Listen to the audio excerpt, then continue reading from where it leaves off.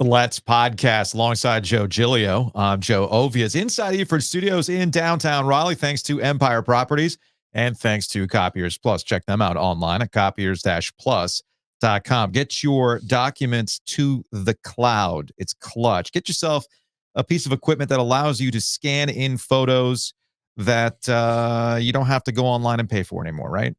These are illegal uses of photography. I shouldn't be discussing this, but it is what it is. I'm just saying, the scanners are so good. If you get like a team picture that you're trying to send some other people, you can just scan it. Oh, right. You're not talking about anything you've ever done. I've never done that. Yeah. I've never done that. Can Copiers Plus get us tickets to the World Series?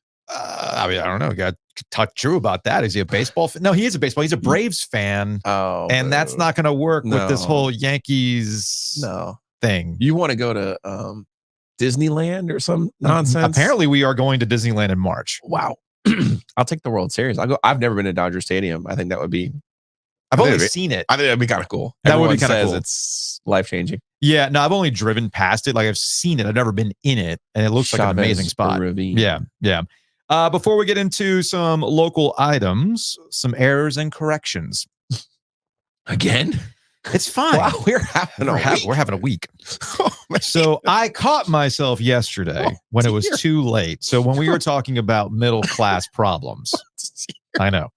When we were talking about middle class problems yesterday, we're gonna need a sounder for. I've thought about it. Corrections. Get what do we call Brian them? Errors and corrections, or corrections and clarifications. I like the alliteration of corrections and clarifications. You definitely need to pay somebody to be the ombudsman to come on and be like, "That's fair." Okay, Joe's. Here's where you fucked up. So I screwed up yesterday, and I caught myself after I said it. I'm like, whatever. Sometimes it's like, was it over when the Germans bombed Pearl Harbor? Whatever. He's cooking. He's cooking. Let him go.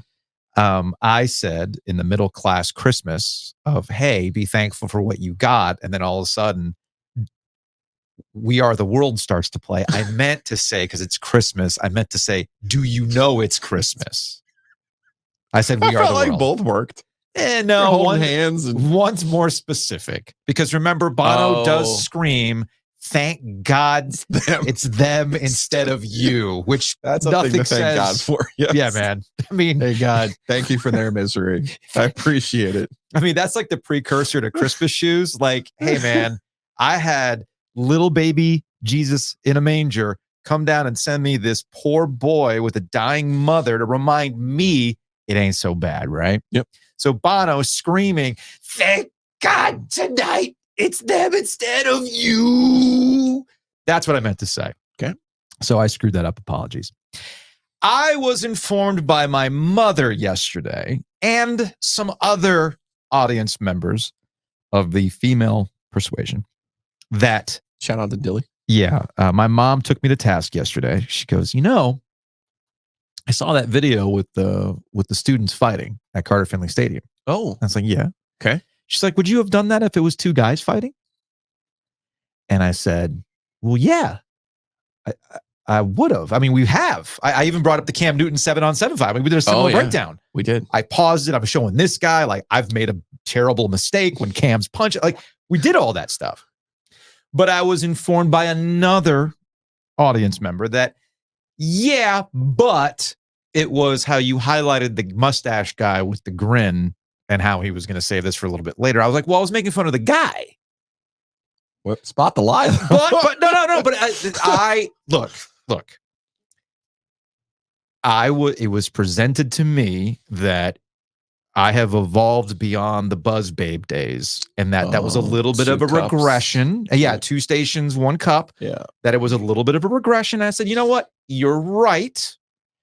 I'll try to be a little better. But I think it was a misunderstanding that I was making fun of the guy, not the women who were fighting. But I can see where it was interpreted that way. So apologies. Sure. Apologies. It doesn't matter my intentions. It's how it's received. Totally get it. So there are your corrections and clarifications. I was very clear last night when I logged on to the Twitter machine after I reactivated Bally Sports and I reacquainted myself with the wonkiness of that app and prepared myself for the one ad that would repeat itself during every break. And I hope y'all like tell them more. Do. It's going to run every freaking ad break. Anyway, last night was a must-win situation for the Carolina Hurricanes, and the season was saved last night, Joe. Crisis averted. Yes. Everything is going to be all right. The Canes are not 0-2. They took down the darlings of the Eastern Conference in the New Jersey Devils. They did so with their quote-unquote new number one goalie looking the part. Yeah. By the way. About that. Also, congratulations. That marks you witnessed the first win in Lenovo Center history. I did. I was impressed with the fact that I'm sitting here. I'm like, now where's that sheet that tells you who all these new guys are? Dude. Right? Like I'm looking at 28. Oh, that's Carrier. Okay. Yeah. Okay. Jackson Blake. Where that sounds like an AI country singer. Jackson Blake is the next Tiki Tonk sensation. Yes. Yeah. And I was like, no, he's a fourth line winger for the Canes, or is he on tour with Morgan Wallen? No, I'm pretty sure he did intermissions at the Stadium Series. Did he not? Could be both. Could have been. I have no idea. But Jackson Blake, who did notch his first NHL goal last night in a win over against the New Jersey Devils, I think does kind of highlight, as I'm watching this game last night, actually truly paying attention to the Hurricanes. We're going to have to not only get used to some of these names, but also kind of understand where Eric Tulsky, new GM, is trying to find maximum value and work that cat magic, because Jackson Blake is a bit of a cat magic situation. I know Tom Edwards wrote about this on OGTriangleMedia.com, part of OG fans, explaining, because of the cap sorcery that you're going to have to do with the rolling cap and all this other stuff and discussions about long-term IR and all that, Blake was assigned to Chicago, but not really, so that they could work all that stuff out and then have him available for these games. And he's part of that fourth line with two dudes that I'm just kind of like, wait, who, how? And I have great breaking news for you. And that is, we are responsible for Seth Jarvis's goal last night. How so? So yesterday I went over to the pregame skate to check in with our friends, and including to tell Sebastian Aho that I have this amazing, gigantic check for him. Yeah, we will be taking that to Sebastian Aho after we're done recording here. So I was trying to explain it to him, and then I saw Seth Jarvis. Yeah. And I said, hey, man, he was wearing a Seaside Heights guinea tee. Okay. But it was like a proper guinea tee. It wasn't like sawed off. Yeah. So I was kind of giving him a hard time. I go, now that's amazing that you have a Seaside Heights shirt. Mm-hmm. However, it's like, you didn't do it yourself. Like that needs to be cut up. That can't be a factory made deal. Yeah. Then we started talking. I'll get to the point here in a second. Then we started talking about the Jarvard. I'm like, man, I'm like, do you know the people at Breaking Tea? They have a sweater. I go, I want to do a Jarvard thing. He's like, well, yeah, people send me that stuff all the time. I go, well, do you make any money off it? He goes, no. He goes, I don't really want to get into a copyright case with Harvard. He's like, no. They have a few more dollars than I do. And I'm like, you're a lot smarter than you look. For somebody who walks around in sawed off Harvard shirts and Seaside Heights shirts and with a dopey mustache, you're a lot smarter than you look, sir. Yeah. And he was like, yes. And I said, well, we need to get together soon. We need, because, we need to talk. I said, I don't know if you know this, but none of the work you put in last year was the reason that you had the best season of your career. He's like, yeah, it was because I made that putt against you. And I said, see? Exactly. See? Exactly. I said, so we need to get together and talk again and make sure you're on the right path this year to follow up the best year of your career. He's like, yeah, man, just let me know. And he's like, because right now, I can't make anything. I go, it's only been one game. I go, I got faith in you, man. Tonight. I go, it's going to happen. Don't worry. And boom, there it first is. Goal of the night for the Canes and the first goal on their way to a must win for the Carolina Hurricanes. Definitely a must win situation for the Carolina Hurricanes. And, they're about to go on their road trip. This is make or break for the playoffs. Off they go. I know on the broadcast last night, Mac Maniscalco was showing you all the maps. He was fired up. He was fired up last night. I also bought Mike his payment for Roback. Oh, okay. And I think we'll have Mike on the show for the rest of his life. Good. The leaderboard. Sure. I don't know if you saw those at the golf tournament. I did not see them. No, they are phenomenal. And he was like, oh my God, like, what time do you need me? Like, how many more days? Like, I was like, we'll have you on during the trip because you guys will be out of sight and it's not good to be out of mind. So we'll have you on. We'll check in with you. Yeah, He's like, I'll be ready. Yeah, we'll make that He's work. like, you tell me what to wear and I'll wear it. We will make that Let's take a break. Let's take a holiday. Brought to you by Happy and Hill. I'm in the beige food detox mode after being at ACC tip-off and then on a hockey road trip. So I need some greens, ladies and gentlemen. And that's where it comes through in the clutch with Happy and Hail. It's also an opportunity for you to eat some healthy food while at the arena. I'm not knocking beige food. I love beige food. But sometimes, man, you just don't want to feel bloated while watching hockey. And that's where Happy and Hail comes into play. So check them out at the arena. They've got their cart. They've got smoothies now that you can enjoy at the hockey games. And then if you download the app, you can go ahead and order your food online and have it ready for you to go for lunch or dinner. You also get a free smoothie when you sign up for the app. Very The cool. Almond Brothers is clutch. So again, download that Happy and Hail app and start utilizing it today. While I was watching hockey, I was also kind of keeping up with the North Carolina-Memphis exhibition game, which was also a charity event. Yeah. And a bunch of turnover. Rod Baxley pointing out, I think there was 42 combined turnovers last night, if I read that correctly, or if he was being facetious. I really don't know. But when I saw that, no RJ Davis because he had tweaked his back. I believe it was back at the blue-white scrimmage game. I'm starting to think, man, one bit ACC. I mean, you have that many turnovers, struggle to put away Memphis in an exhibition game, Joe. I'm just really not that high on the ACC getting more than one bid this season. Yeah, you're right. Just as we have the tell me something good, we now need to do the mental gymnastics required to get a one bid ACC. Would you look at that though? Good thing. Speaking of things that I totally deserve credit for. Yeah. I mean, Elliot Cadeau had 13 assists last night. It must have been me telling Hubert Davis. Had to be. It would really help you guys. Mm-hmm.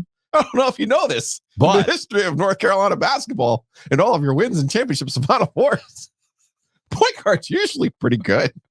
Also, What as an asshole I am sometimes. yeah, you can't be. As Paul pointed out, Carolina basketball highlighting the fact that Armando Bacot showed up with that new haircut and everything. And Paul pointing out Carolina's going to get him another year. I'm telling you, they're going to try to find a way. They'll change his name if they have to. He's back. Looks like they might have changed it to Jalen Washington, about 17 points last night. That's going to be an interesting one to follow all year. It is interesting about Jalen Washington in particular, in that as it's all in how you want to present it for North Carolina, right? Like we asked John Shire about the portal last year, and he's like, well, we weren't active in the portal. Well, not for lack of trying. Right. Okay? Carolina's in the same boat. It wasn't like they were not trying to add some depth at that position through the transfer portal. But as it was not coming to fruition, I started to see an uptick in, hey, wait a minute. Maybe we're so used to plugging a guy in that we forget that now that Armando Bacot's no longer on the court, maybe somebody like Jalen Washington can blossom into the role and do what Hubert Davis wants to classically do with North Carolina basketball. So that's something to keep an eye on. But in the ACC, the preseason poll came out. Duke, shockingly, selected to win the ACC again. Our friend Brandon Ives, Worthy on Twitter, pointed out the statistic, or Brian Ives, sorry. Because we don't want to start tomorrow's show. Do I have to go back to errors and corrections? We don't want to start tomorrow. What did I say, Brad Ives? You combined our friend Brendan Marks. Oh. And our friend Brian Ives. They're both Tar Heels. They'd be okay with that. I guess you're right. All white guys who are in the Carolina basketball look alike. I mean, what are you going to do, right? Totally.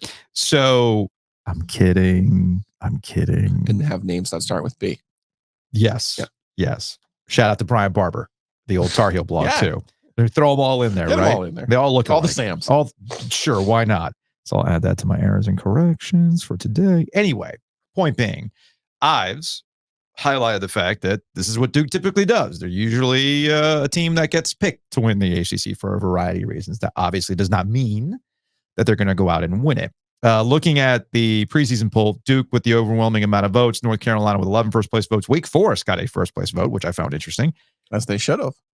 And then you've got NC State all the way down, finishing 8th for the Wolfpack, which, again, that kind of tracks. I think Virginia being picked to finish 5th, that makes a lot of sense. I'm sure Virginia will do the thing with Tony Bennett. Well, they'll probably be in the running in the regular season to be atop the ACC. But these are cadences and the ebbs and flows of ACC basketball that we all know well, including the fact that there's always a curious vote here and there. For instance, preseason ACC Rookie of the Year Cooper Flagg was not a unanimous decision. 53 votes for Cooper Flagg, 1 vote for Cal's Jeremiah Wilkinson. Why not? Sure, why not? The Calgorithm's going to do the Calgorithm things. Not? Also, not a surprise that RJ Davis was selected as your ACC preseason player of the year. As he should have been. As he should have been. Yeah. Cooper Flagg got 10 votes. Hunter Salas I got guess 3. And Maxime Renaud of Stanford got 1. I guess if you believe in Cooper Flagg, you would vote for him as the player of the year. Yeah, if he is the chosen one, as many people have pointed out, well, then yes, I can see that going tape to tape for not just rookie of the year, but also player of the year. Can totally see that. I also wanted to give our friend Josh Goodson some credit on social media. Mark the tape. It's like our first baby book situation. Josh, I don't give Josh a lot of credit often. Nearly 4 decades to win an ACC title, over 4 decades to make a Final Four, and we still have thousands of old unsold tickets left for the season opener. Do we want to be about this life? What are we doing? And he highlighted the amount of seats that are available for purchase against this upstate team from South Carolina. And a lot of people were responding to Josh about, well, look at the opponent. They're barely like a Division I school, all this other kind of stuff. And it reminded me of when Sidney Lowe, regardless of how you think they ended up with Sidney Lowe as the head coach of the Wolfpack after the fateful Lee Fowler 7 or 8 or whatever number it was while he was out at his lake house running a coaching search. Sidney Lowe's first game, a returning hero, 1983, which we had been beaten over the head with how great 1983 has been and will be and everything else, was a tepid opener. You were tired of that talking point in 06? Yeah, it was. Weird. I know, right? Well, speaking of things that will not be mentioned this year, please give me 1 free year. We're 100% Panther Free Guarantee. I need a 1983 guarantee. Please. Okay. So anyways, here's this returning hero, and it was kind of a meh first game for Sidney Lowe, and it wasn't really about that life. I understand Josh's point with this and putting up a banner. Come on, y'all. It's been a long ass time since they put a banner up in PNC Arena. I hope in the process they take one of like the 4 83 and 74 banners down. Yes. Like, can we just consolidate the banners somewhere in the building? Kind of like how they've done with the division titles for the Carolina Hurricanes. They just have like one banner with their division titles. Fine. Why not do this during an ACC game? Why not do this during the Carolina game? Sure. I would say, why this game? Yes. See, this is where you're the creative person and I'm the business person. You're going to sell tickets for that game regardless. So what you're trying to do here is now the real thing they could have done, which I think you were on to, was you don't have to put them both up at the same time. No, you can milk 2 nights out of that. Right. No, you don't even need more than you can do more than 2 nights. Right. You can put the banner up one night for the ACC championship. Yes. You could put the Final Four banner up another night. Correct. And then, the tickets are already sold. But if you want to set the atmosphere, well, why don't you bring back DJ Burns? During the Carolina game to honor them at halftime. Yeah. Like, you have a bobblehead night, have a baby banner giveaway night. You gotta milk this. You gotta milk it. It's been 37 years. It's like when the Canes won the Stanley Cup. You don't get these opportunities very often, so you're gonna milk the hell out of that when you can. Yeah. Hell, for like we just joked about, you've milked 1983 down to the nub. Okay, it's raw. Past. It's just it's dust. Okay, because one of my friends it's like when the cats lick the bowl of the wet food and they're just getting the molecules. Like that's 83. One of my friends said to me about the 83 lawsuit. Yeah, like I get it. Their highlights are used. I know. Who could possibly have made more off of one right than the 83? So I'm just suggesting to state we know you're capable of milking this, so milk it all season.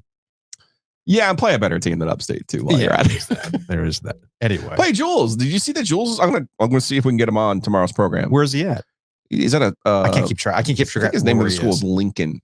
Okay, and they're coming to play Duke on Saturday in a secret scrimmage. Yeah. So, bring Jules back. Do something like that. Give me.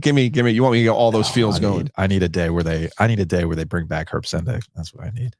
Herbie. That'll be a great day. Housekeeping. Since you couldn't. Come on, just hang up. Wow. We'll have JJ Redick introduce be the MC. Damn, man. Damn. Housekeeping. Or Chris Paul. Big thanks to Enovana. Check them out online, enovana.com. Green Cleaning Solutions, ENOVANA.com. If you have mess inside your mansion or trash in your cabana, get it clean with Enovana. Let's have a meeting. Okay. I was at Bond Brothers yesterday talking to Whit Baker, the head brewer for Bond. Yeah. Because we were talking to Jennifer for Nature's Relief and where things currently are legally with hemp products and everything else. And Whit is spearheading a lot of Western North Carolina relief efforts. They're doing donation drop-offs at Bond Brothers. They're trying to find ways to raise money for breweries that are going to have a hard time getting back up and running in the River Arts District. And we've been kicking around the idea of a show beer. And the goal was a beer that Giglio can pound and not get like white boy wasted Channing Tatum. Okay. And would a 1.9% beer do that, or a 2.9% beer do that? Calling it like OG Ultralight or something like that. I like that. Is that something you might be able to handle? Yeah, of course. Okay. Beer flavored beer. Because I trust Whit to make a low ABV beer flavored beer. The question is, what is an ABV that you can have multiple of and not find yourself sleepy time in the corner? Would 1.9% do it? 2.9%? Yeah. Okay. Yeah. I can handle that. I'm just asking. I am just asking. I feel like I do need to add the Glorilla track for you next time we're all out. White Boy Wasted. Yes. Channing Tatum. Big thanks to Hometown Realty. MyHTR.com is the website you can buy and sell with confidence. Do not take these guaranteed offers. They might sound enticing. They might sound easy peasy, but really in this market, all you're really doing is taking less for the value of your home. So don't mess with that. Not your biggest investment, which is your home. So myhtr.com. Big thanks to Whitaker and Hamer. WH.lawyer is the website. Attorneys and counsels at law. They can handle all sorts of legal needs for you. Everything from traffic violations to closing on a house to small business matters as well. So check them out online at wh.lawyer. Now, you were at the hockey game yesterday. I was not. I know yesterday was the Slavin Sunday debut from our friends at Two Roosters. Check them out at tworoosters.com. Did you have a chance to eat the Slavin Sunday? I didn't. I saw it in action. Yeah. But I was a little late for ice cream for me. Okay. But I know that it did well. Big seller. Those Heath bit crunches in there. There's like Heath bar bits in there. Mm-hmm. Because that was Slavin's. He made the Sunday. Like he's the one. Design, Yeah. So it's a winner, man. All right. And the sprinkles, of course. Oh, yeah, I mean, you gotta like the I would sprinkles. put sprinkles on anything. Big thanks to Two Roosters. Again, check them out for all their rotating flavors. And more importantly, go to the arena. They got 3 locations now. They got their main stall, they got the 110 cart, and they have the section 300 cart as well. So tworoosters.com is the website.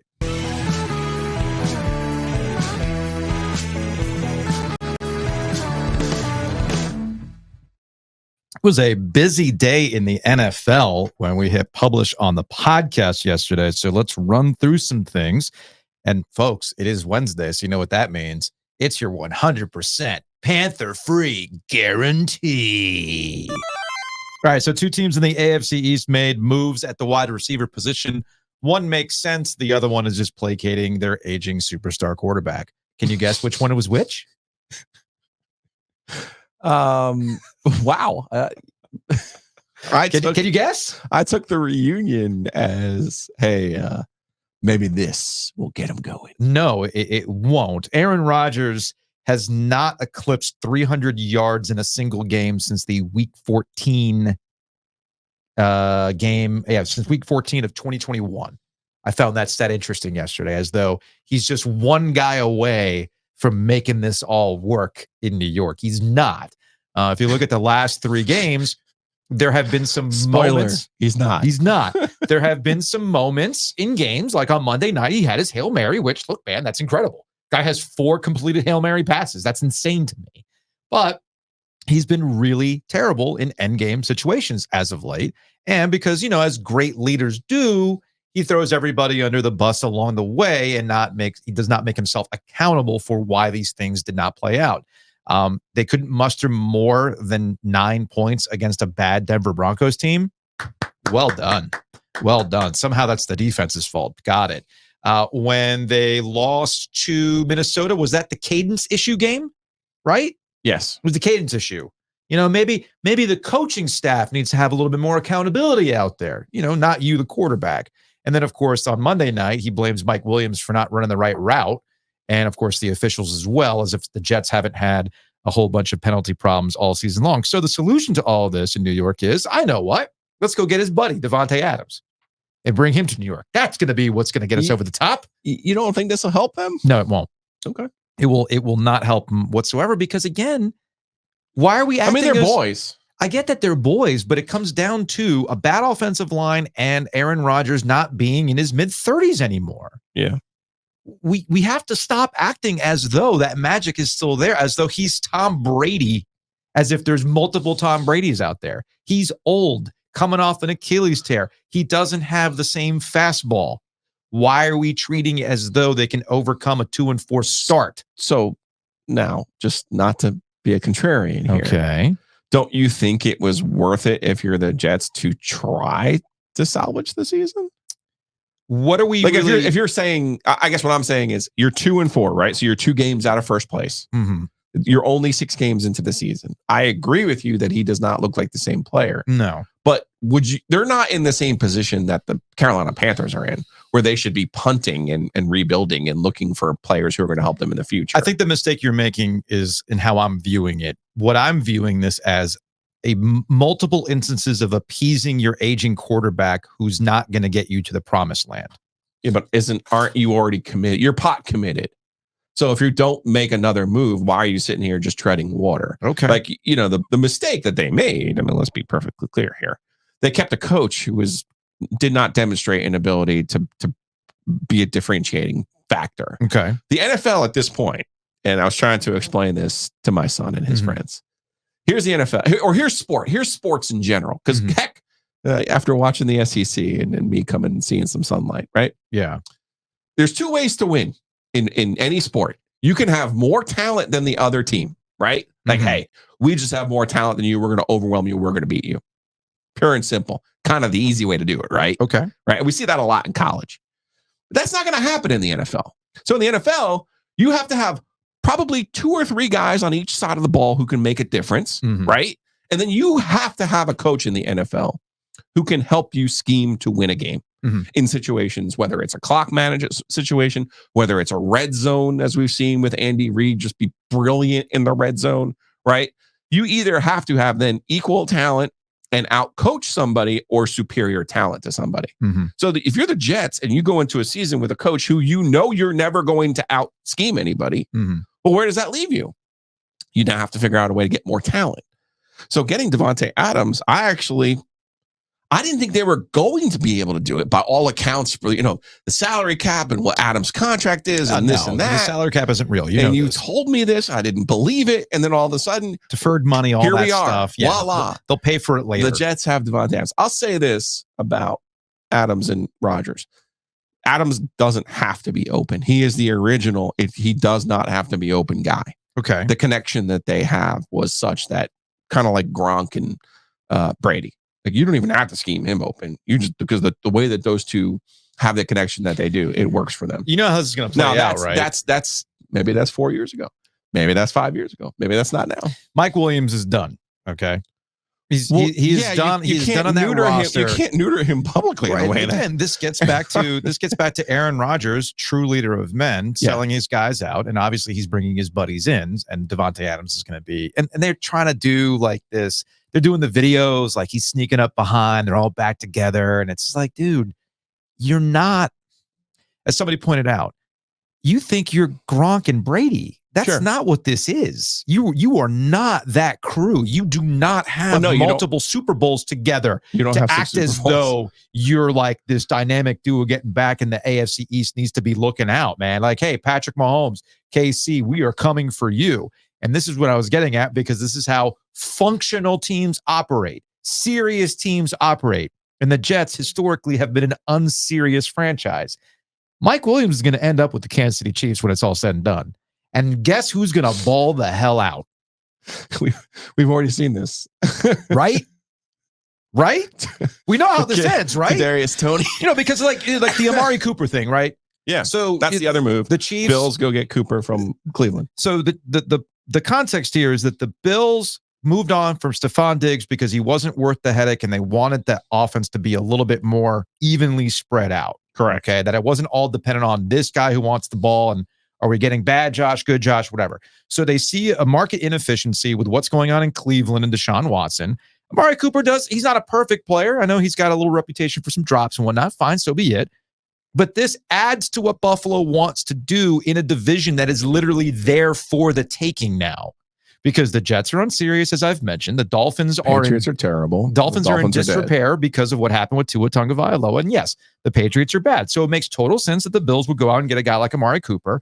And as Nick Wright pointed out, Mr. Chief, you get Amari Cooper because you get him away from the possibility of him playing with the Chiefs. So it's worth it. I agree with him. It is worth it to get him for a third rounder just to keep him away from the Chiefs and give yourself a true opportunity while you have a Josh Allen window to do something, which gets back to my original point. This all shakes out with miffed Mike Williams going to Patrick Mahomes, and you're seeing the real difference between a Patrick Mahomes, a true GOAT, and Aaron Rodgers, a fake GOAT. I understand your point, but you look at the Jets schedule, they have a run in them. I'm just saying to you. I would prefer, if I was a Jets fan, this is what I would prefer, rather than just sitting there and going, we'll let me just watch Rome burn. That's for the rest of the year. Well, that's the thing. Bringing Devontae Adams on is part of watching Rome burn. Could be. That's all part I of would it. rather see a move than inaction. They chose inaction over the regular off season. Speaking of unserious franchises, the Dallas Cowboys continue to dominate the headlines for being an unserious franchise with a very unserious owner.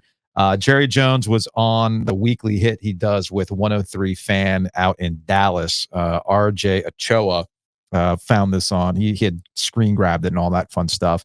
Points out that Jerry Jones got extremely defensive on Tuesday morning with his appearance on 103.5 The Fan, refused to acknowledge questions about the Dallas Cowboys' lack of spending and general roster building over the offseason. Here is the exchange. 1970, a little different from this past offseason in building the team we're talking about today, which there was a lot of criticism that you guys didn't add, didn't spend, and don't add and don't spend, and are not aggressive enough with some of the problems that are still haunting the Cowboys today that we see play out on the field. That's the point of talking about the offseason. I remember those criticisms very well. Okay, so what? Are they playing out to be accurate? What's your point? What's your point? My point is, it seems like Listen, let me tell you what I'll do. Let me tell you what I'll do about it. I will let us sit down and look at the decisions we've made over the last several years. Okay? I'll look at it. Now, if you think I'm interested on a damn phone call with you over a radio and sitting here and throwing all the good out with the dishwater, you have got to be smoking something over there this morning. I'm not. And I really don't, and I don't even want our listeners to listen to me, to talk about, this is not your job. Your job isn't to let me go over all the reasons that I did something and I'm sorry that I did it. That's not your job.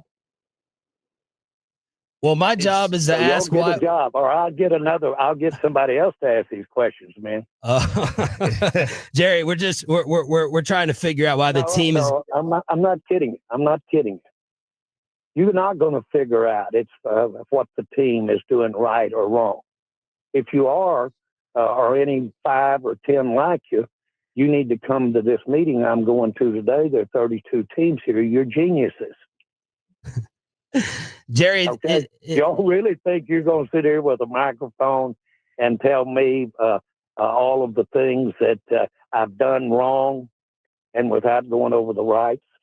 Now, listen, we both know we're talking to a lot of great fans and a lot of great listeners. And I am very sorry for what happened out there Sunday. I'm sick about what happened Sunday.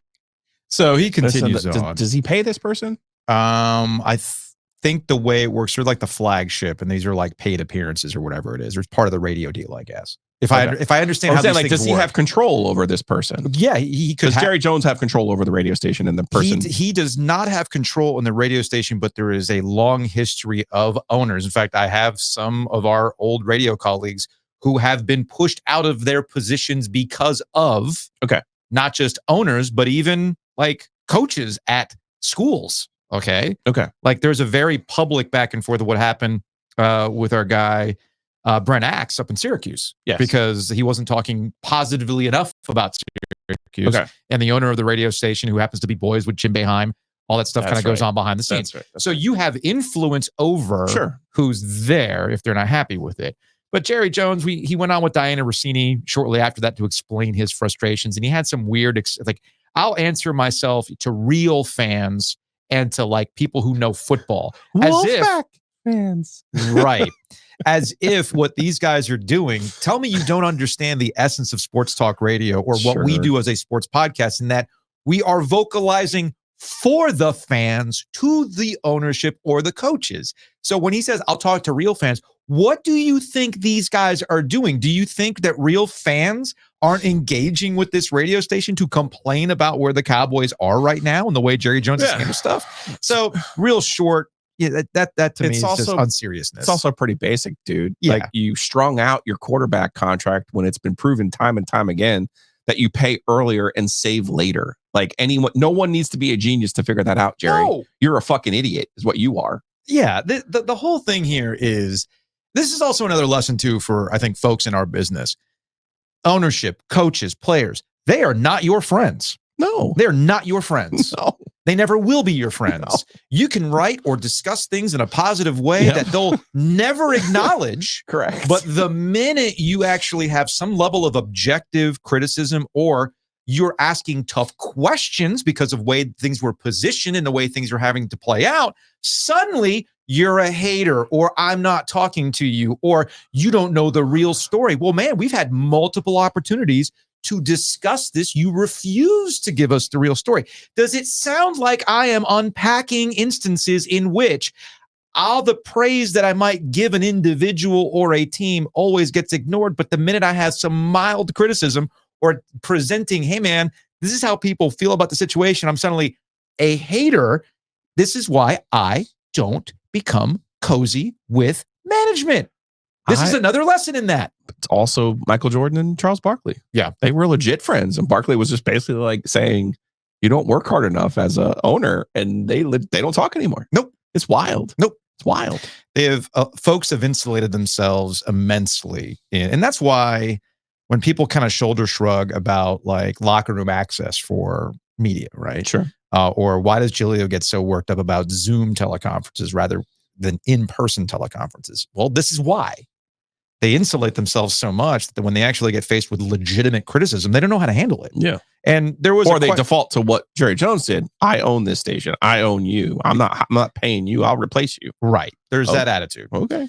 Mike McCarthy was asked a question about whether or not the Dallas Cowboys were soft.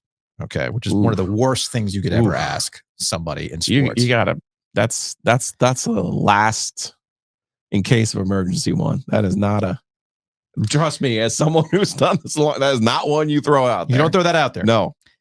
I can tell you definitively, with the way Jerry Jones reacted to that radio interview, that the Dallas Cowboys from the top down, yes, they are soft because Jerry Jones is soft when it comes to criticism about how they've handled these things. They haven't learned any other lessons. And that's why the Dallas Cowboys continue to be a unserious football franchise. To a serious football franchise, the Pittsburgh Steelers. Oh boy. And Mike Tomlin, who does not play games. Or does he?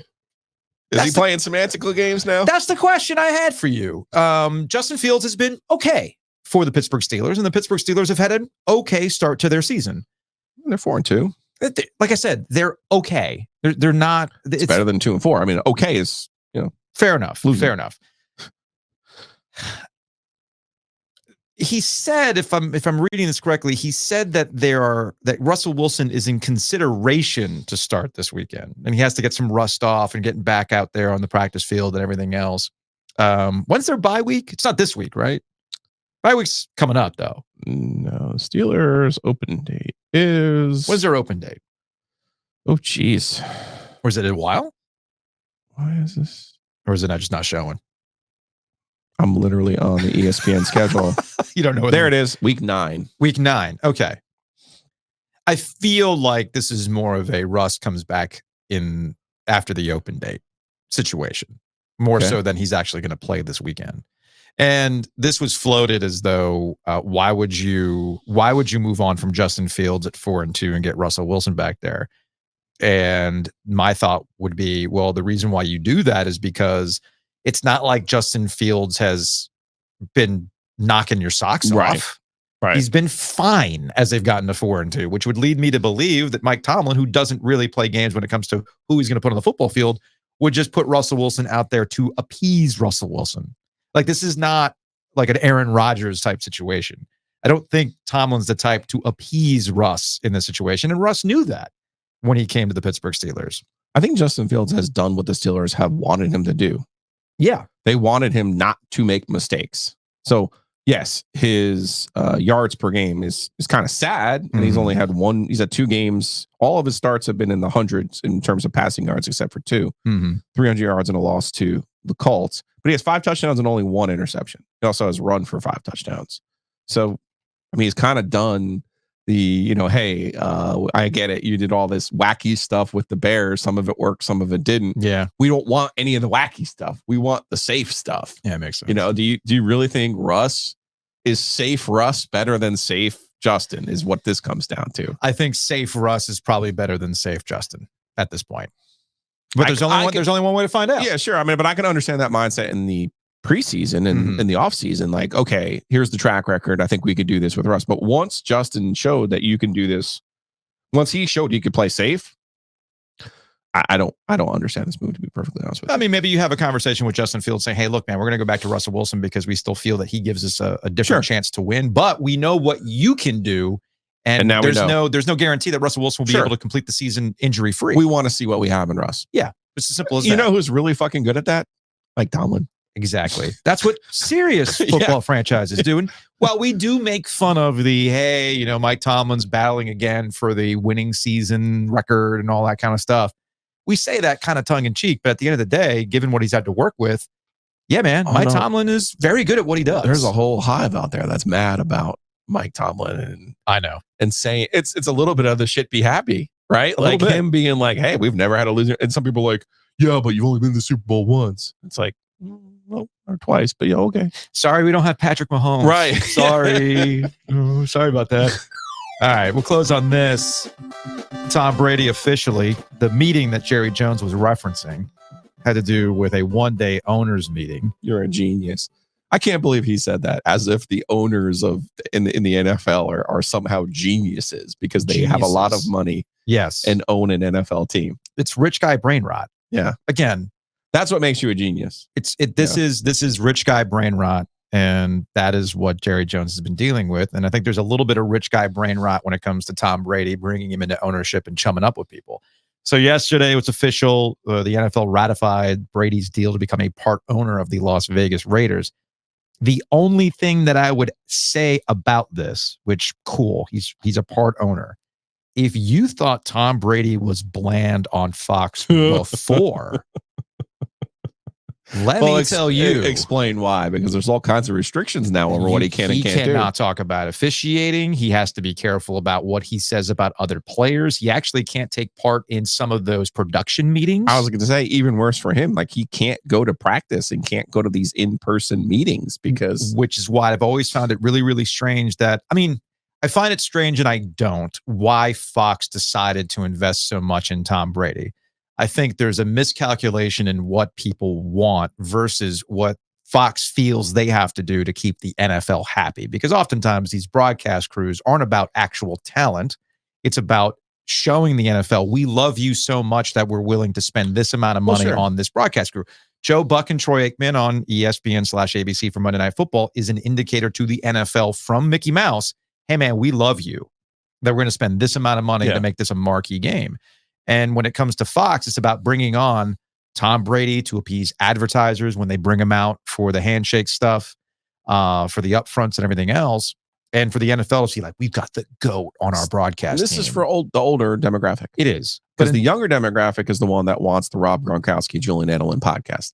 And the stories that they tell, dudes the podcast. the stories that those two tell, those are the ones you really want. They tell them better than Brady anyway. Yeah. So this is, and poor Tom Brady, I'll use it for the first time in his life because he is the LOAT. He is the luckiest of all time. Of course. You look at some of those Super Bowl wins, and there's no doubt about that. Mm-hmm. But he's just putting himself in a position to be a failure. And NBC learned this a long time ago when they had hired Joe Montana. He just wasn't that interesting. Nope. Because now you're now putting Tom Brady in a position where he's doesn't have insight to a team, right? Nope. Now you're just in a position where you're on a broadcast with a new broadcast partner. He's not that dynamic to begin with with his personality. Nope. So what are you're going to ask him to be Romo light? Like, are you going to ask him to guess the plays? You already had that with Greg Olson, by the way. Energetic guy who's calling things out. So I don't know. I don't know what you're asking him to do. You're basically saying to your point, you're basically saying, oh, you know what we really need you for? We need you to, come and get come and give our sponsors, come and show up for the, 100, 200, 300 grand that they drop on a suite for one game. You come by before or whatever and say hi. Tom Brady comes in and he basically gives the, go do your job, like LinkedIn speak to a bunch of other people who turn everything in their life. Every rep. I knew I would only get one rep. And here's how you can apply it to your business to business sales. Yes, every email. Yeah, that's the kind of thing that Tom Brady was brought in. Because yes, I want to sit in a meeting room to hear Tom Brady speak LinkedIn to me. Like, that's just not it. He's not a compelling guy. On the football field, he was must watch because he was the GOAT. Okay, but that's on the football field. On the football field. Was. Off the field, didn't necessarily apply. It's kind of like, again, Michael Jordan is another example of this. On the basketball court, yeah, man, greatest of all time. Off the basketball court, Notice how he never got into broadcasting. Oh, he was smart. Because he was smart.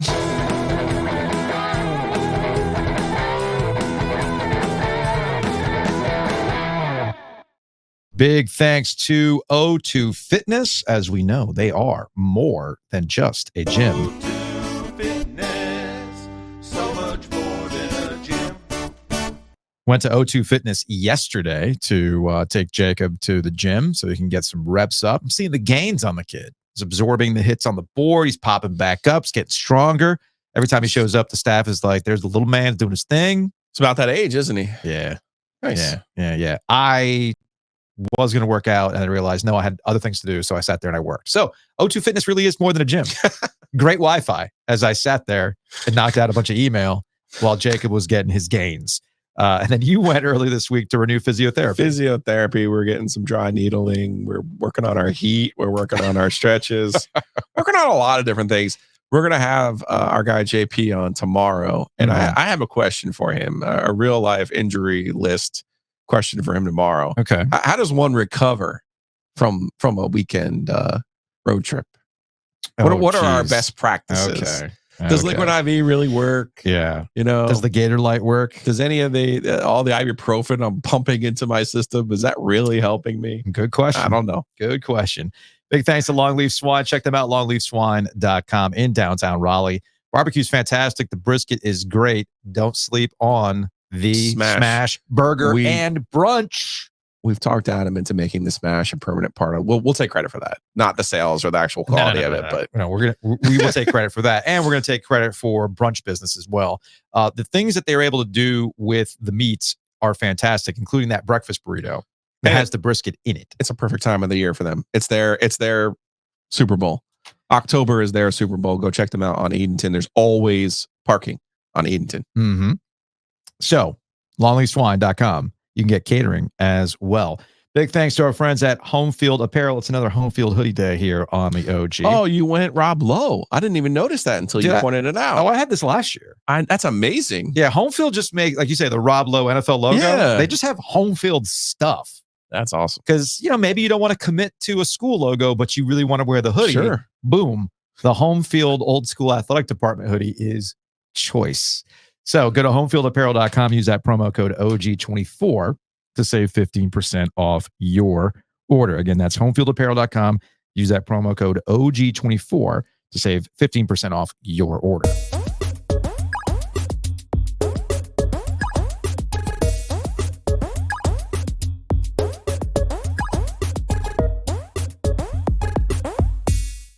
We have hit the midway point of the college football season, Joe, and the talking point this week is, has the college football playoff expansion worked as intended when it comes to the regular season and how we talk about things? I hope so. Or is it just normal ass college football doing college football things? Here is where I will say there's a difference. And I don't think it has to do with the college football playoff expansion. I think what we're getting, where the payoff is actually happening, depending on how you want to view it, the payoff is happening with these new mega conferences. This weekend alone in the SEC, they're already promoting it as a major weekend because you have Alabama, Tennessee, marquee top 25 matchup, but you're also getting Texas, Georgia in an SEC battle. That's the kind of doubleheader that brings eyeballs and has huge national implications. If your goal is to become more of a national sport rather than a regional sport, which is clearly what the SEC and the Big Ten are doing, well, these are the kind of games that matter. And you'll see the ratings bonanza for these two games. It just means more. But any sort of impact as it relates to the college football playoff, I'm not quite seeing it yet because college football is going to college football. Upsets are going to happen. The question you have to ask yourself, and I'm curious how you've kind of interpreted this, when Oregon beats Ohio State, when Vanderbilt beats Alabama, you get caught up in the craziness of, it's the Elmo meme with the nuke going off, right? It's like, whoa, college football doing the thing. But when you come off the hangover of a crazy college football Saturday, when you wake up and you look at the landscape, do you feel that you're missing something because Ohio State, Oregon doesn't knock somebody completely out of the college football playoff? That Georgia, Alabama wasn't for who gets that last spot in a top 4 situation, or Texas, Georgia being this weekend. Georgia already having a loss to Alabama, losing to Texas. What does that do? They're completely out as a 2-loss team, right? No. In the college football playoff, old No. school. But in the new school, they're still in the mix. Has that affected how you've taken in college football this year? Well, to your point, there's two different ways this can go. Yes. You look at this in terms of, I think those teams you're all mentioning, those fan bases are already locked in. Oh, absolutely. You know what I mean? Yeah. I'm looking at this more of the other way. Mm-hmm. The Arizona State upset on Friday night. I'm looking at Indiana being excited. I'm looking at BYU. Like, there's legitimately one team that's going to come out of the Big 12 that's going to be in the playoff. Mm-hmm. Iowa State, BYU. These are all teams that we would not be talking about, period. Well, now one of them is going to get in. Yeah. And there's a whole race there, and one loss doesn't eliminate you like it did old school. So I think that part of it's good. The SEC side becomes interesting now because the SEC is going to get a minimum of 4 teams in. Mm-hmm. Now, you got to look at how these schedules shake out. Chip Patterson tried to tell us that Georgia was going to lose more than one game. He did. And I admit, I was like, stop it. We're staring at a 9-3 Georgia. I know. We're honestly staring at a 9-3 Georgia. Chip was right. And I think they'll still get in at 9-3. Mm-hmm. After watching Tennessee this weekend in person, I wasn't that impressed with Tennessee. But they still play Alabama. They still play Georgia. So again, you're going to have games, and maybe this is where we finally get to the point where the losses matter. Mm-hmm. I think in the SEC, the losses will matter, but only in the way that you hate, and that it's going to be a good loss. Well, it's funny you mentioned that because I already played the clip from Kirk Herbstreit. Kirk Herbstreit, College Game Day, Saturday, went on the set and said with a straight face that we are seeing a different Vanderbilt. Okay. Typically, if Alabama loses to Vanderbilt, that is a gut-wrenching loss. Yeah. I joked after it had happened, it was in the people who are acting as though this loss doesn't matter anymore because of the extended college football playoff. I said, no. We're talking about Alabama. Never underestimate the ways people will contort themselves to apologize for Alabama after one loss. I had said after it had happened that the way they would spin it is that this was a reset for Alabama and that they would lock in from here and people would use from this loss on, we've seen a different Alabama team. Tim Tebow, Ole Miss style. Yes. We didn't. No, we have not. We had not. We saw them struggle against South Carolina. Okay. Who is pretty good. So how do we massage this? How do we make it so that Alabama not getting up off the mat to breathe fire after losing to Vanderbilt? How do we massage this? Well, we go back to the Kirk Herbstreit point about this being a quote unquote different Vanderbilt team. And sure enough, Heather Dinich, our friend, ESPN, tweeted this out this morning. At some point, the committee might consider Alabama's loss to Vandy not as bad as it seemed at the time. This is a different team under Coach Lee that has been able to do something Ole Miss could not, beat Kentucky. Vanderbilt is now number 35 in FPI, ahead of Cal, Pitt, Nebraska, and Utah. Now, there's something else that Vanderbilt was able to do that Ole Miss could not. Do you know what that thing was? Was it lose to Georgia State? Losing to Georgia State. We're just going to hand wave that one, man. Who lost to Old Dominion, who lost to ECU, which means ECU is the best team in the country. Now, let's take this logic a step further. All right, we're going to scrap the Georgia State loss because, man, we're seeing a different Vanderbilt team. Totally. Okay. So are we going to apply that logic to their overtime win against a middling Virginia Tech team? Does that mean that maybe that loss to Vanderbilt isn't so bad for Virginia Tech in the ACC? It doesn't work both ways. No? No. Well, and we can't go back and say that Wake Forest really was good in 21 or 06. Oh, no, either. we can't do that. We cannot do No, we can't go back to 2021 Wake Forest and talk about how Wake Forest did the same things that Vanderbilt has done in investing a whole ton of money into football and having a really good coach in Dave Clawson and having a good quarterback in Sam Hartman. We're not going to be, hey, man, this is a different Wake Forest team that we should be taking seriously. And those wins against ACC squads, we have to reevaluate them, right? That was a sign that the ACC was down. No. Because how in the world could Wake Forest win the league otherwise? Right, because Kirk Herbstreit was too busy on the college game day set high-fiving Desmond Howard after saying, all 13 of you Wake Forest fans aren't going to really like what I'm saying here. Hey, buddy! All right? You see the problem here? Yeah, you're making an excellent point. I would like to put something in your orbit that is really going to break the old guard, though. Okay, what's that? Of college football. What is that? Because I don't think you've seen this yet. In the American Athletic Conference, Army and Navy are in the conference together for the first time this year. Yes. And both in the top 25. Army is 5-0 in the league. Navy is 3-0 in the league. Mm-hmm. Well, as members of a conference now, there is a conference championship game. As you know, the conference championship game is played the first Saturday of December. The second Saturday of December is reserved solely for the Army-Navy game. So we are on track right now to see Army and Navy play in consecutive weeks, which brings in the possibility that Army and Navy could play, and there's the potential for players to sit out the Army-Navy game because, quote unquote, it won't matter. Now that is going to break every white person who cares about college football and is a registered Republican's brain. It's going to break their brain. Are they disrespecting the troops? They are disrespecting football, the troops, and this never happened before NIL in the portal. Good point. Very, very good point.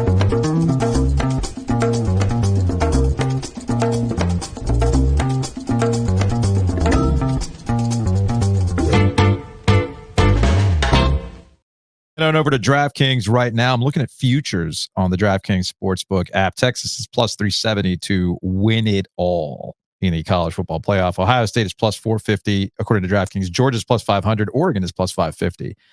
When you get into... Oregon's odds go down after beating Ohio. I think they went down. By the way, Clemson is plus 1,800. Miami's plus 2,200. Tennessee's plus 2,000. Guess we'll get a little bit more information on that when they see Alabama this weekend. It's funny. We were sitting here talking about multiple bids to the college football playoff.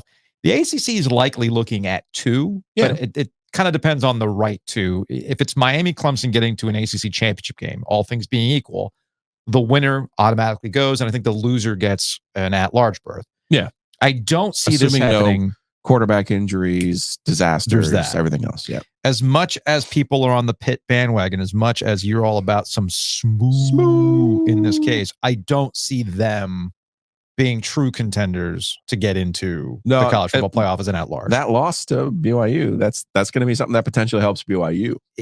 Funny, right? Yeah. Never helps the ACC. See, I like that though. I like when you go out of the league and you play different games because people are so concerned now, like, oh, none of these games matter. No, I think ultimately they still help, right? I think that's where we're going to have to kind of rearrange our brains a little bit. Yeah, I'm with you on that. Gambling problem? Call 1-800. Yeah, you got to say what the offer is. Yeah. I'm also. This would be a good air check. Hi, DraftKings. Hi, Veritone. Sabah, you're gonna love this one, Sabah. Anyway, big thanks. Thanks to DraftKings. Check them out. Download the Sportsbook app today. Use that promo code OG24. Again, that's OG24. And you bet $5, you get $200 in bonus bets only on the DraftKings Sportsbook app. Again, that promo code is OG24 for new customers. I was just talking about futures. You could do things like anytime touchdowns. Heck, go to a Canes game and put down a little something for who's going to score the first goal. First goal, next goal, anytime. Yeah. You can do all that kind of fun stuff. All on the DraftKings Sportsbook app. The crown is yours now. I play the legal disclaimer. Gambling problem? Call 1-800-GAMBLER. In New York, call 877-8-HOPE-NY or text HOPE-NY 467-369. In Connecticut, help is available for problem gambling. Call 888-789-7777 or visit ccpg.org. Please play responsibly. On behalf of Boot Hill Casino and Resort in Kansas, 21 and over. Age and eligibility varies by jurisdiction. Void in Ontario. Bonus bets expire 168 hours after issuance. For additional terms and responsible gaming resources, see dkng.co/ftball. Big thanks to Nature's Relief. Check them out online, naturesreliefhempstore.com, RELEAF hempstore.com. 919 Vice comes out this week. 919 Vice podcast. We talked to Jennifer from Nature's Relief about some of the liquid products that they have at their stores. They're working on. Yeah. Yes. We're talking wine. They have more alcohol alternatives. We tried that nowadays, but there's now more. Like I think it's called Caramezzi, I believe it's called. That looks like a tequila alternative. So there's all sorts of cool stuff that you can get at Nature's Relief. And let's say, like we have some listeners who say they're double corporate champions, right? Yes. They get Nature's Relief and then something else. May I suggest you go to Nature's Relief and then on the way back to your house, you drop on by Breeze Through and get some salty snacks. Because the snack section at Breeze Through is fantastic. Perfect. So drop on by any Breeze Through location across the triangle, conveniently located just outside football stadiums and one arena in particular with tailgating. I saw them last night, the Breeze Through Freeze crew. Awesome. Back in action this year and with winter hats. I can't wait. I need a beanie, man, with the little poof on top. I definitely need that in my life.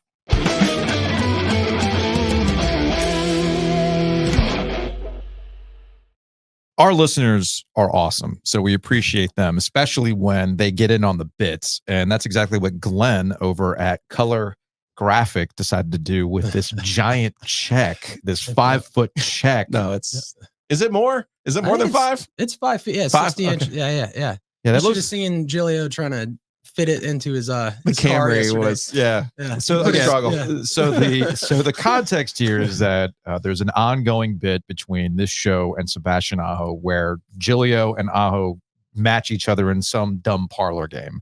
We did his Finnish yard game, Molki. There was a Swedish table game.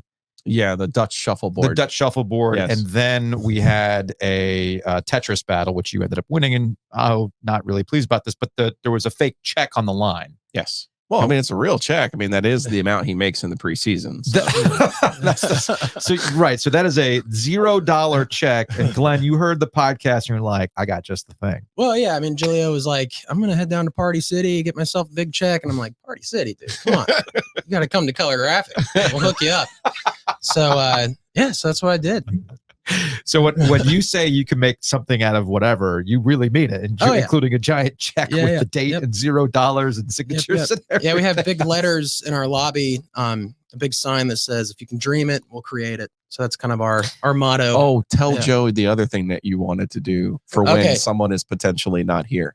I can do a giant cutout of you so that he never has to do the podcast alone. Oh, jeez. Just let me know. Well, Joe told me, like, oh yeah, they do the banners for downtown Raleigh as well. I was like, and me not thinking context or whatever it is, and then he walks in with the Stadium Series downtown banner that I guess was a leftover. You got him back, and the pop that I had, I was like, oh shit! I was like, my first thought, but we don't have room. I will make room in the studio for this because that is amazing. My brain has already been moving like, I wonder what like NCAA tournament one he has. I wonder what like what kind of stash do you have back there? Don't let us in. Whatever you do, because we will completely rate it. Actually, I need someone to come in because it's starting to overflow. But yeah, no, we've done a lot of really, really cool projects. A lot of stuff at Walnut Creek. I mean, y'all have seen our signs everywhere, just all over the city. So no, that just means we have opportunities to do more signs, Joe. Yep. Also, I was saying, if y'all do get the OG mobile, hit me out. We'll wrap it. We'll make it looking good. I'm thinking a nice new Cybertruck. See, get the that's big a OG listener. on the front. That's a listener harkening back to the OG mobile. I don't think we're Cybertruck. We don't have that budget. Not quite yet. Not quite yet, but I think we can probably find a used smart car at this point on the cheap. Even cooler. Yeah. I'd like to see Giglio climb out of a smart car. I'd like to see him fit a check into it. Yeah, that would be great. I thought we decided we needed a Cougar. If we could find a 91 Cougar, if I can find my black 91 Cougar LS with the moonroof and the pleather seats. Oh, the check can go through the moonroof. Through the moonroof, yeah. I like where your head's at, Joe. Or we talked to Bennett over at Heister. Yep. Just saying, he's the guy who could probably find the perfect beater to put a wrap around. Yeah. Right? We can marry all of these things. I'm excited. I'm yes. Yeah. Okay. All right. I think we can do this. And then you also had some ideas of games to play. Ooh, games. Remember, you were like something like shooting rocks or something. Where the face-to-face games to play against Aho. My brother-in-law, he works with a family company, so got the whole crew. But he has I think it's called Blinko. It's like a little soccer game. You flick the little soccer ball. I'm intrigued. I'm intrigued. Just check it out. Yeah, it's fun. Or we decided maybe Battleship too. Battleship would be good. Yeah. I can just hear Aho saying C4. I like miss. I could definitely see that. Well, Glenn, hey man, appreciate you listening. Yeah. This is just another example of why we truly appreciate our listeners. You guys get in on the bit. You want to get involved. It's like, hey, I got just the thing for you with color graphic and this gigantic check, which we're going to take over to Aho today. Yeah, he knows it's coming. We talked about it yesterday. There was a question. I'm like, do they have these in your country? He was like, I think I've seen them before. Okay. Because, sometimes we get a little lost in translation with our guy. What do you think he's going to do with it? He's going to make me take it back out. For sure. Yeah. Well, technically, we're going there. I mean, in an all-time Giglio dick move. I mean, we're technically going over there for him to present it to me. That is true. Yeah. Since I beat him. So his first question is going to be like, where am I to? Which he keeps asking. I'll tell him to come by. I mean, you got like a roll of quarters you can give him. He keeps asking for the 2 wins. And I'm like, don't you get it? I don't make anything. I think what we should do is, I got like a $20 bill in my wallet. I'm like, yeah, well, that was that month's payment that day. That was our, that's too much. That was our Red Circle cash that week. The technicality I'm getting off on is we don't get paid by the week. It's a good point. It's a very, very good point. By the month. So yes, your weekly paycheck is very good point. Will also be a 0. Glenn, I appreciate it, man. Thank you. Yeah. But tell people where to find Color Graphic online or give us a number because you guys do unbelievable work here. Small local family business, specialize in vehicle wraps, poster prints, wall murals, window frosting, banners, ADA signs, all the stuff. The list goes on and on. Golf tournament signs. Yeah, golf tournament signs, all the good stuff. But yeah, you can find us on Capitol Boulevard. We're right near the public storage building, right near downtown. You can find us at colorgraphic.com. I encourage people to come by and see what we can do for your business. Free estimates, all the good stuff. Awesome. So, No, I appreciate it, man. Thanks for coming by. Yeah. Thanks, y'all.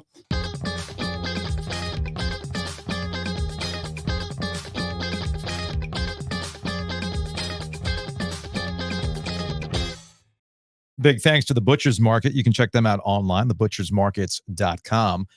They have pre-marinated meats. The signature steak tips are fantastic. You're looking for the maple bourbon chicken. My personal favorite, the charred jalapeno and garlic chicken, which goes great for fajitas. Ancho chili lime chicken as well. But we are getting into holiday entertaining mode here soon. Maybe you're thinking about Halloween. You don't really feel like cooking because you will be handing out candy. You will be out there. I'm serious. I'm so proud of you though, because you're always in Christmas mode.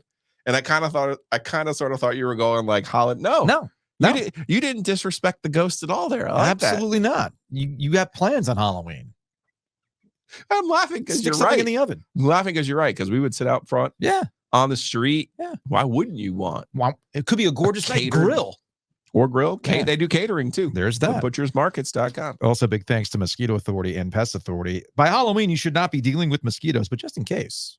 Mosquito Authority came out to my house today. I know. I saw some ant formations in the front yard, and I was like, why do they hate me so much? Yikes. But that's why I have bugsbite.com, my friends, Mosquito Authority, Pest Authority.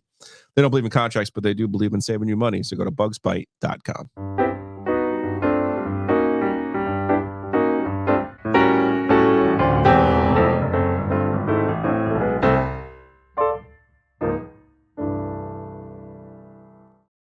I feel like Hey Joe should actually start off as a Trojan horse rowback commercial. Okay. As we talk about some stuff.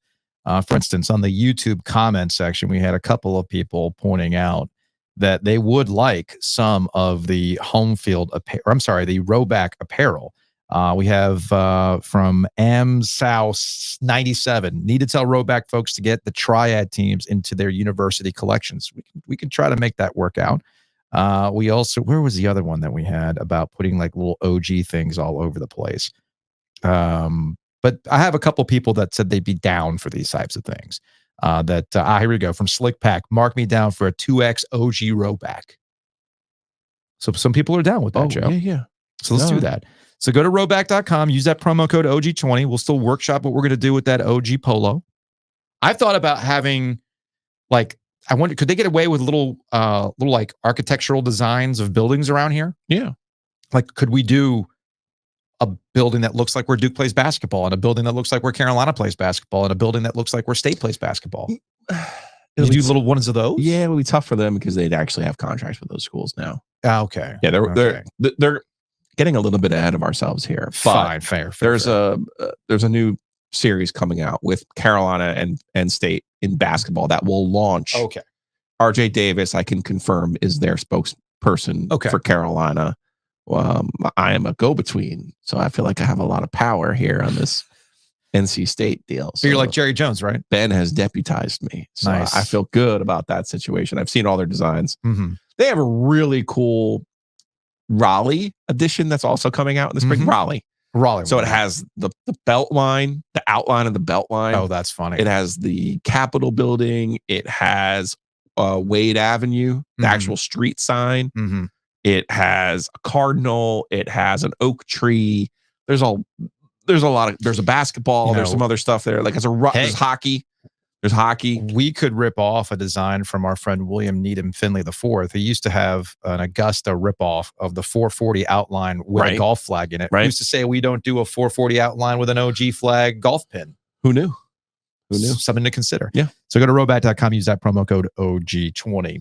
Elsewhere in our mailbag here, or in our Hey Joe, what are people commenting, right? From Blind Lemon Jello, someone called you media, which I guess you are the new media. Congratulations. You are the they. Yeah, maybe that's the case. From Curtis, how about the Wolfpack home fans stand up and moon Dorn on third down? That will boost the ratings on primetime TV. A lot of reaction to Dave Dorn tutting NC State fans.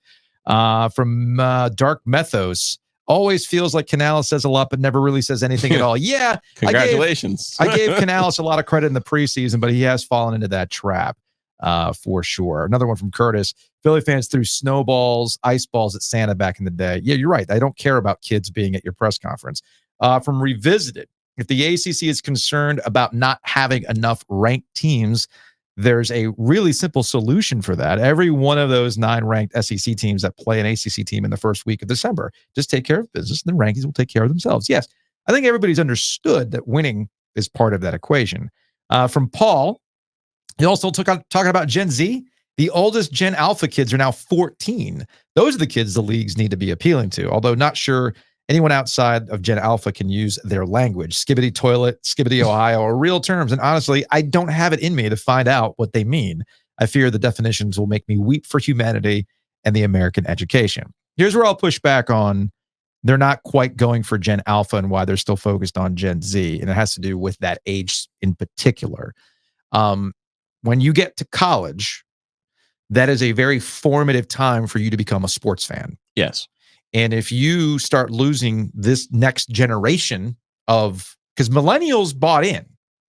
Gen Z, I'm not so sure about when it comes to getting behind going to sporting events and whatnot. Okay. And locking in. I think that's an unknown.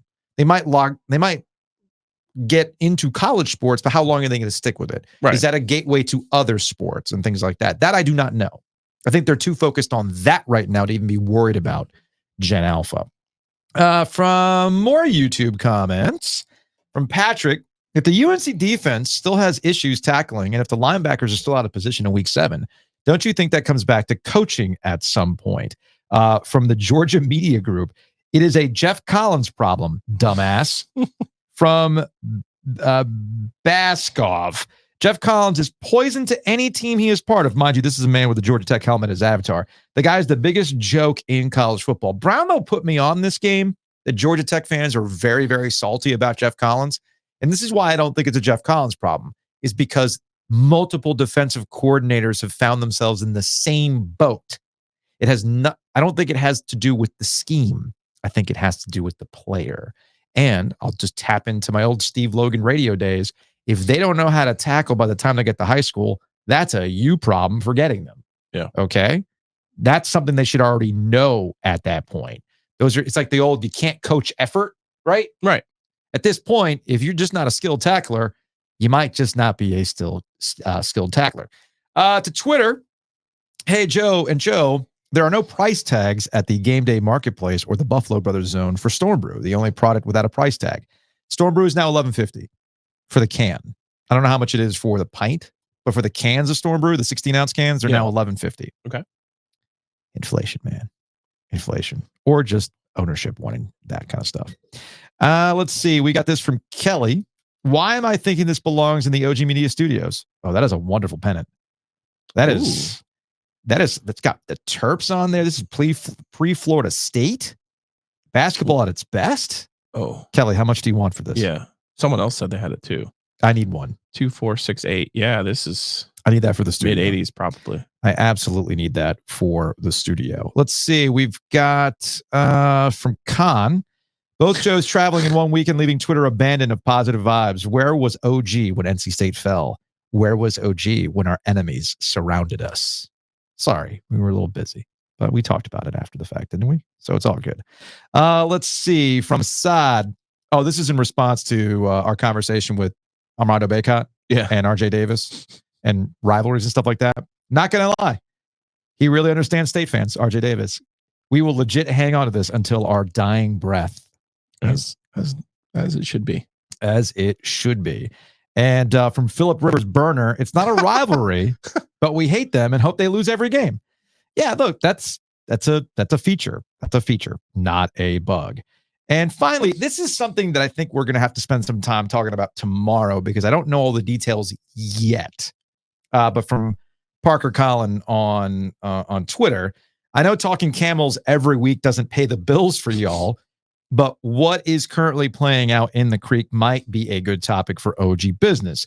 We are seeing a local school to try and decide what it wants to be in real time in this new world, and it is messy. Not many media outlets in the area who could be equipped to give this the nuanced discussion alumni and fans would want to hear. This problem is coming for every small school in North Carolina, especially those that field scholarship football teams. I agree with that listener and why I wanted to spend another day catching up on what exactly is going on. But the too long didn't read version is Campbell just gutted its wrestling team. Okay. And this is a very good wrestling team. Yeah. And they reduced the scholarship count because the administration is basically looking at their athletic department and trying to cut the budget as much as they can. And obviously we live in a world where football and basketball are king, and they want to make sure that they can do what they can to not take money out of those two departments, those two programs. So you take from other places. Olympic sports is usually the first thing to go. We saw this in the pandemic in order to keep the lights on. Yeah. And Campbell seems to be struggling, like a lot of other small schools, with massive conference realignment and post-pandemic economics when it comes to sports. And a lot of people are mad. Now, my understanding, and again, we'll talk about this a little bit more tomorrow. I just wanted to address it at the end of today's show. But my understanding is there were a lot of steps to get to this point, and most of it is with poor hiring in key positions at the university. Well, yeah, we've talked about this. There's a trickle down. We've talked about this with like the ACC and some other conferences trying to keep up. Yeah. What's it worth it to you? Like, is there a difference if Campbell played Division 2? Would Campbell University effectively be different than what it is now? I don't know. I don't know enough about Campbell to know what their identity is. So we'll spend a little bit of time talking about that when I make a few more contacts to see what exactly I'm talking about. This is a financial equation. But it's all math. It's bad decisions to get to where they got to, but it's also like the reality of how much do we need to keep pouring in for it to work? Mm-hmm. And I don't have that answer for Campbell and what they prioritize and what they do or don't prioritize. We will discuss tomorrow. See you then for an OG Live brought to you by the Butcher's Market.